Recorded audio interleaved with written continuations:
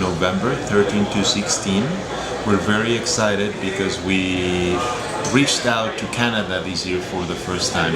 We are the first and only North American focused film festival, and we're very grateful that Los Cabos opened its beautiful shores and the beaches to receive film industry delegations from these three countries and some European key partners to get together and do business in a very beautiful spot of my country, Mexico.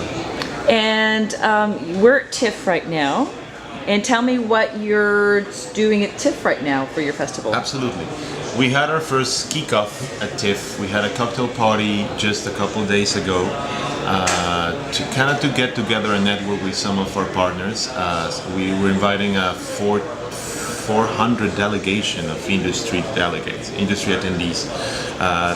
That brings together a lot of sales agents, a lot of distributors, festival programmers, directors, film institutions, and it was a great chance to get together with some of our Canadian partners like Telefilm Canada, the Canadian Academy of TV and Film, TIFF programmers and directors. So that's why we are at TIFF, and we're picking up just the last titles for our competition.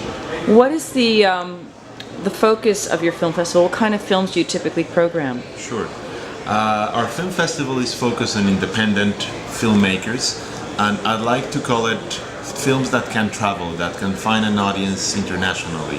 That doesn't mean they have to be commercial or a tour, but they have to be independently funded. So that's the type of projects we have. Actually, we announced 2 Canadian projects already in our official competition. One of them is Sarah Prefers to Run from Chloe Robichaud, and The Dirties from Matt Johnson. We're very excited. Those films are amazing, they're thrilling, and we're very happy that they're attending the festival.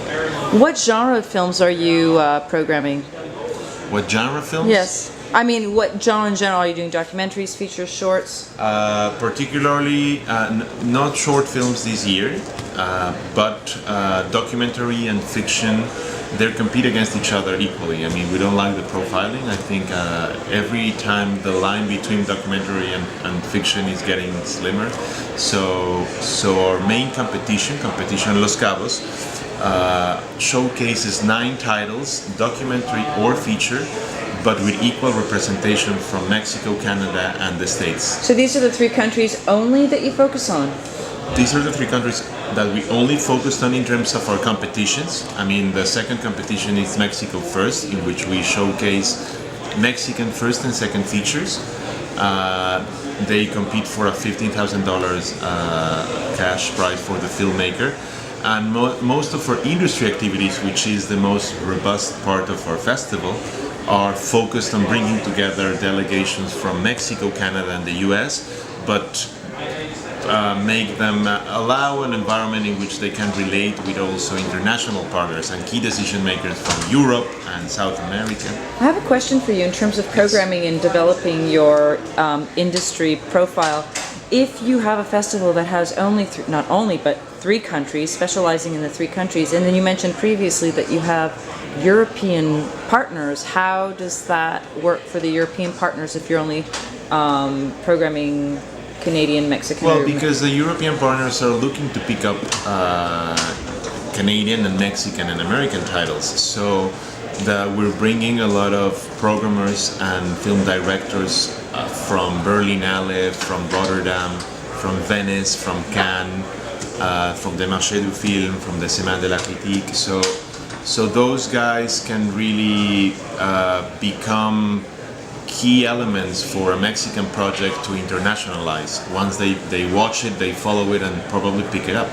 And is there a plan for this year's festival that you're going to announce? Is there something, what's special in 2013? What's coming up?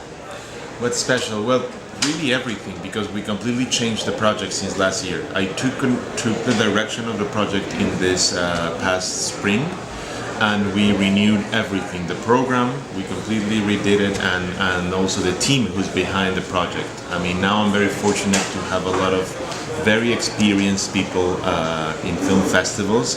Alejandra Paulin, who used to run the Guadalajara Film Market, for 11 years. Now she left Guadalajara and she's with us as a general coordinator, among with a bunch of other like key players in the film festival business. What else is new? The awards and projects, they are all new mostly. We launched the Gabriel Figueroa Film Fund, which is one of the few film funds in Mexico. This one is focused on Mexican projects in development. We award $5,000 to 7 projects, and it has another branch for post-production projects, and it awards $52,000 for 2 projects, so more than $100 for each.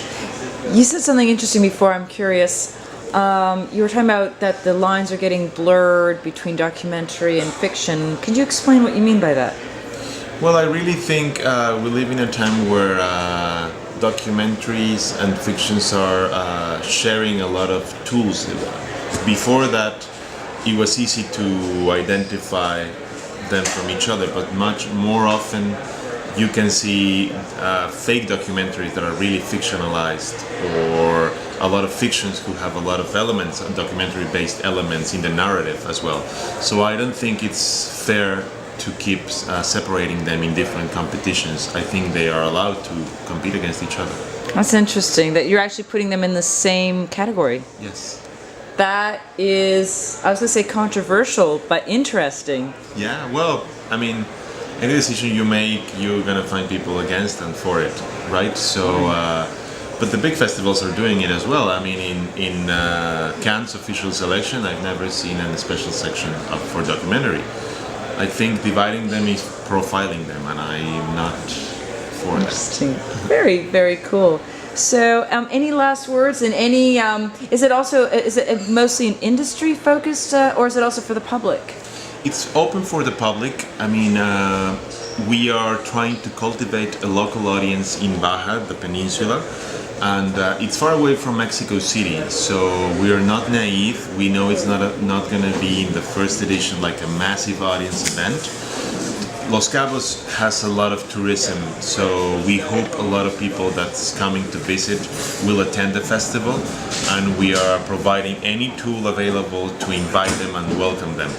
But in many ways, our industry activities are focused on industry delegates, right? So we're bringing 400 people from around the globe to attend the festival and hopefully do business in Fantastic. shorts. And Well, I hope filmfestivals.com can participate. That would be fantastic. And any website we can come and visit? Absolutely. You can visit bajafilmfest.com.mx. Our social media are the same ones, Twitter, Facebook, everything else. And we're gonna do more announcements in mid-October, so we Great. hope to get back to you and tell Absolutely, because this is what we do. Absolutely. We already announced our opening film a couple days ago. We're opening with Fútbol, the new film from Juan José Campanella, the award-winning Argentinian director. It's a beautiful animation, and I hope it will get audiences. So then the same thing with animation as well. You guys are doing animation as one of the genres that you're doing. And yeah, we accept animations. I mean, we're opening with an animation, especially because Campanella is such a master, and it's a movie, you shouldn't miss it. It's opening San Sebastian as well. very exciting, very exciting. Well, I thank you very, very much for the interview, and maybe we'll see you again in Los Cabos. Absolutely. I hope to see you there. Cheers. Bye.